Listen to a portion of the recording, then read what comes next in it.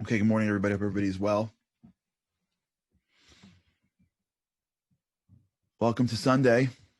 For those that are joining us for the first time, thank you for being here. I don't know. This is like, for me, forget it. You know what I'm saying? Like the Sunday people are like the people that give me the strength for the entire week. Thank you for being a part of this. Thank you for joining us. We've been talking a lot about this idea of discipline. Where we left off at the end of last week was getting underneath what discipline could be, how much we could be thinking into the future as a method to prepare our futures, our current selves, for what we're dealing with. And we were going through some of the questions last week about how that applies. And one of the areas that we keep on going back to really is interpersonal relationships. A lot of the things that we go through on a weekly, daily basis with other people, bosses or family members, children, really is a manifestation of being thrown by what comes our way. Let me give you another example. If you're living in America, there's a pretty serious election coming up. And I am not going into politics here. But it seems to be that this election is very charged. And at the end of it, there's going to be people that lose, and they're going to be really upset. A great exercise that we can do this week is picturing future self. That's Wednesday, assuming that everything is fine and there's no election thing. Assuming that we get the answers Tuesday night. Seeing into Wednesday and trying to, in our minds, play out scenarios and then adapting for what's going to happen if the president is elected that I didn't want. And then in our own minds, now preparing ourselves for 3 days so that I can handle that differently. Right? I'm going to potentially deal with the scenario in front of me. So today I have to be thinking there and saying, I may lose, or my team may lose. How do I deal with it? How do I grapple with it? Once we recognize that one of the key aspects of discipline is the recognition that I am fallible, that I am imperfect, and that I will trip up. The limbic system, the impulse will overwhelm me. It will trigger my mind to get into the illusion of validity. If this person is the president, then this is going to happen, and this is going to happen, that's going to happen. And this is the path that I see that is all negative. I don't care what side of the aisle you're on. And I don't really know that. I don't know the future. I don't really know how this plays out, right? All the stuff that we're talking about. This is like a real life scenario that we can go through that you can't go through lots of other times. That story of planning out the future. Thank you, Rob. Planning out the future is critical. So let's go a little bit further, because I really would like, by this week, to shift to the next trait that we're trying to build together. Get a little more comfortable. That's okay. L'chaim for those that are in their coffee. This is a multiple one for me already. So I had the opportunity to sit with a business this last week. Great people. A group of people sat around the table and they had expressed some concerns about another department in the company. And we had a discussion about an issue that was a legitimate issue. And what was happening week after week or year after year was that the usual way of dealing with this department wasn't working. The person that was in that department was, let's say, impulsive or emotional. And when you deal with that person, the interactivity that would be normal in a business world wasn't happening. It just, they weren't getting what they needed. So when you use normal way of seeing the world, I get there, we're supposed to have that conversation. It wasn't happening. They weren't taking in the advice. There was a breakdown in communication.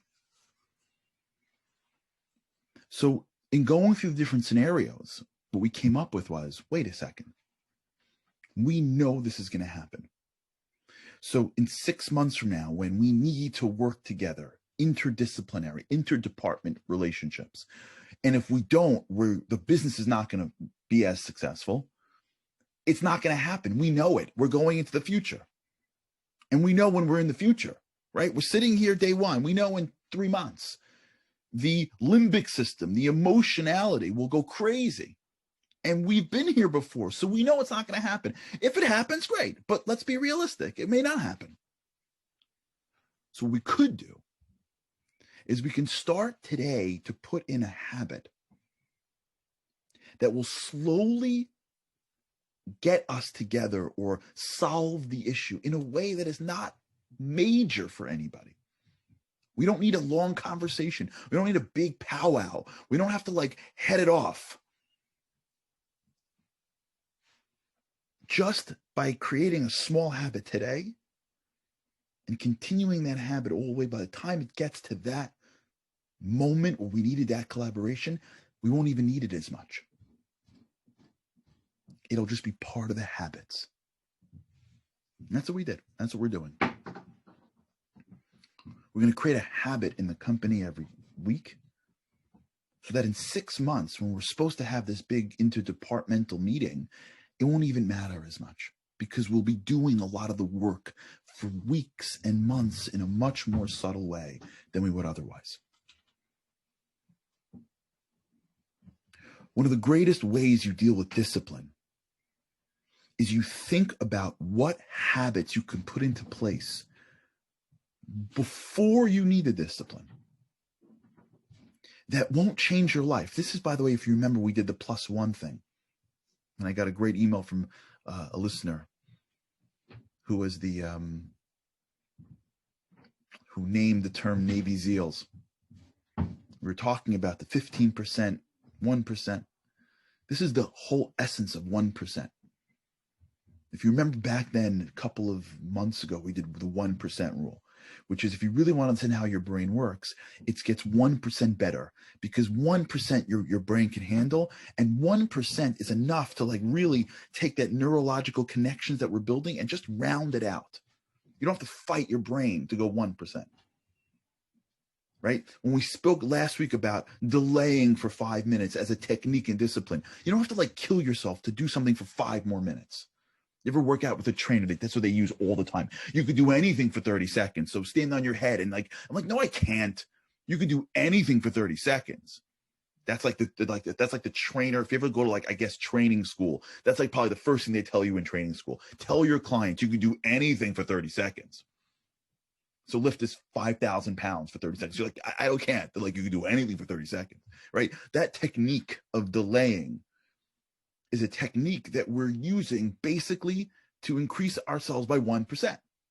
We're just delaying the things that we want that we shouldn't have to get to 1%. That's what it is. It's just 1 more percent. You can hold out 1 more percent, which is 5 minutes, which is 30 seconds, which is 10 minutes, whatever it is. So let's do it on the positive. If you really want to, over time, change your discipline, and this is the thinking, acting thing. This is, and I hope I hope the things are coming together. This is the whole idea of journaling. The whole concept of journaling is just to get this way of thinking. So when you think through your future self, what's happening is you're saying to yourself, okay, listen, honestly, I keep on having this issue. When my son comes home from school, we keep on fighting. When my husband does this thing, we fight over dumb things. I had a great email from someone this week. You guys are the best. The emails you send me, I hope I get back to you quick enough. Me and Andy have been talking about better ways that I can respond, but they're very insightful. And someone wrote me a great email saying she's realizing that a lot of the conversations she's having with her husband that they're conflicting are really meaningless. That's right. Most marriages fight over dumb things. Most marriages erode. When I mean erode, I don't mean erode into divorce every time. I mean erode into mediocrity over dumb things. It's true. It's life. Most people are annoyed with their spouse for parts of the day and then multiply that by their weeks and then by their months and then by their years over dumb things. Like if you look at a marriage and you see them fighting, there are marriages that are mediocre because it's just a consistent amount of mediocre relationships because it's over dumb things. It doesn't really matter whether he did this or she did this. It doesn't matter. And if anybody was put up against a wall and like, God forbid someone was sick, they would forget it. But they don't because they're just living regular lives. And that's the stuff that we did earlier with Irvin Yalom. Do you remember when he interviewed the people that had cancer and that recovered? And they said that they would go through it again because as soon as they had an illness that could potentially take their lives, everyone around them became real and their relationships became real. So as opposed to having to have someone having to deal with it through the negative, let's deal with it on the positive.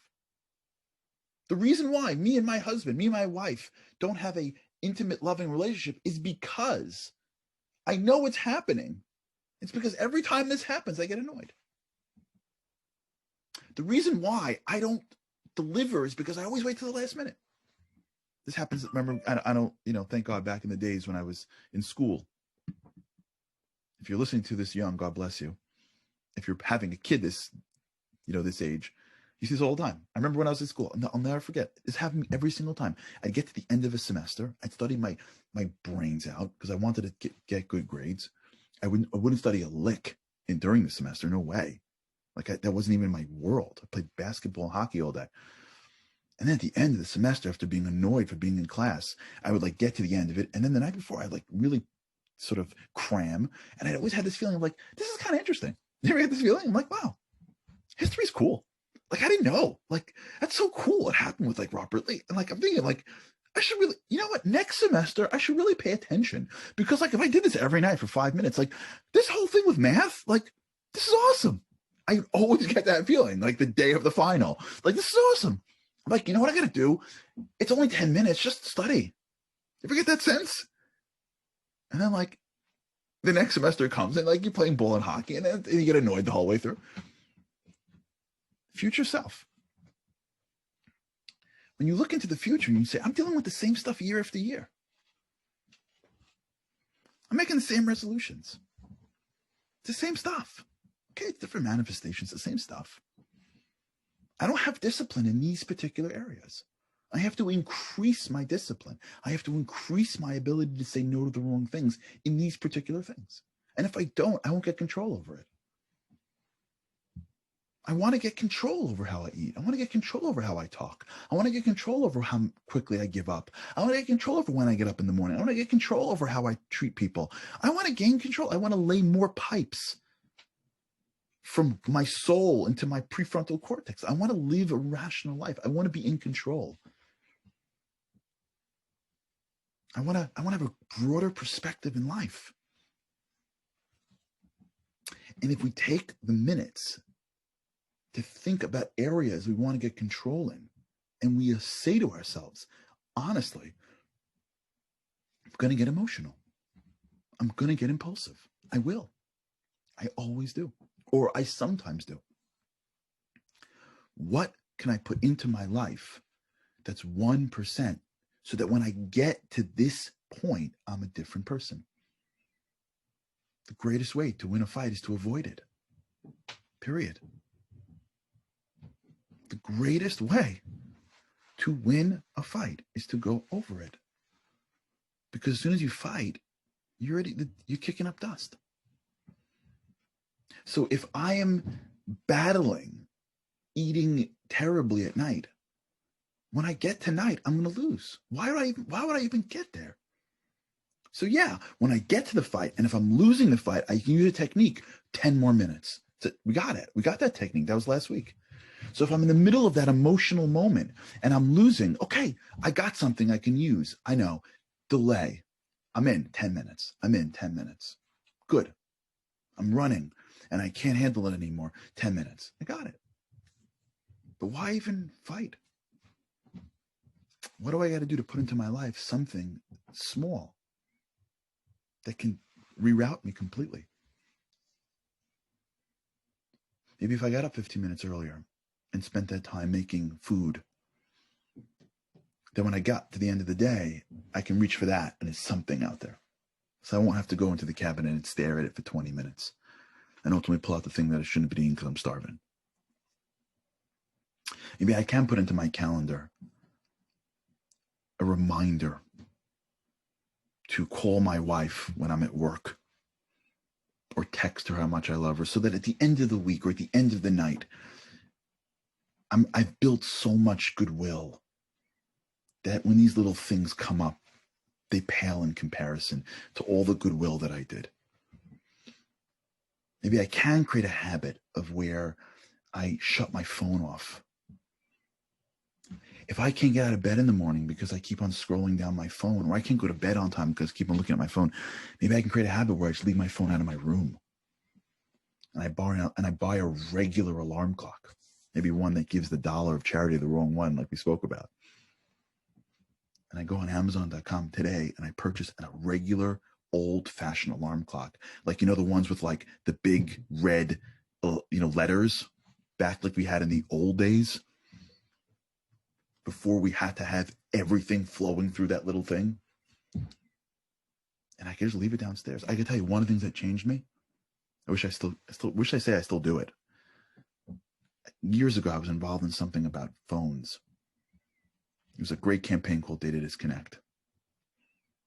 And I was really inspired by it. And I had in my house a mahogany box that somebody bought me for my birthday for cigars. And then it ended up being not for cigars, it ended up being for my car keys. Like that happens. I repurposed it. And it was in my office, my study when I got home, not my study. If you remember the white backgrounds, whatever. And I did for many months. I came home, I put my car keys in that box, and I put my phone in the box. And for the first hour of me being home, I didn't even have my phone on me. Awesome. It was awesome. I didn't have to fight I'm talking to my kid and something's buzzing fight. I've pre-planned it. I knew this would happen. I knew I'd be talking to my kid and he'd be talking about something that little kids talk about, which isn't very interesting to adults, even though you love your child more than life itself. After you hear the story the first 4 times, even if you're the greatest guy in the world, at least me, it gets boring.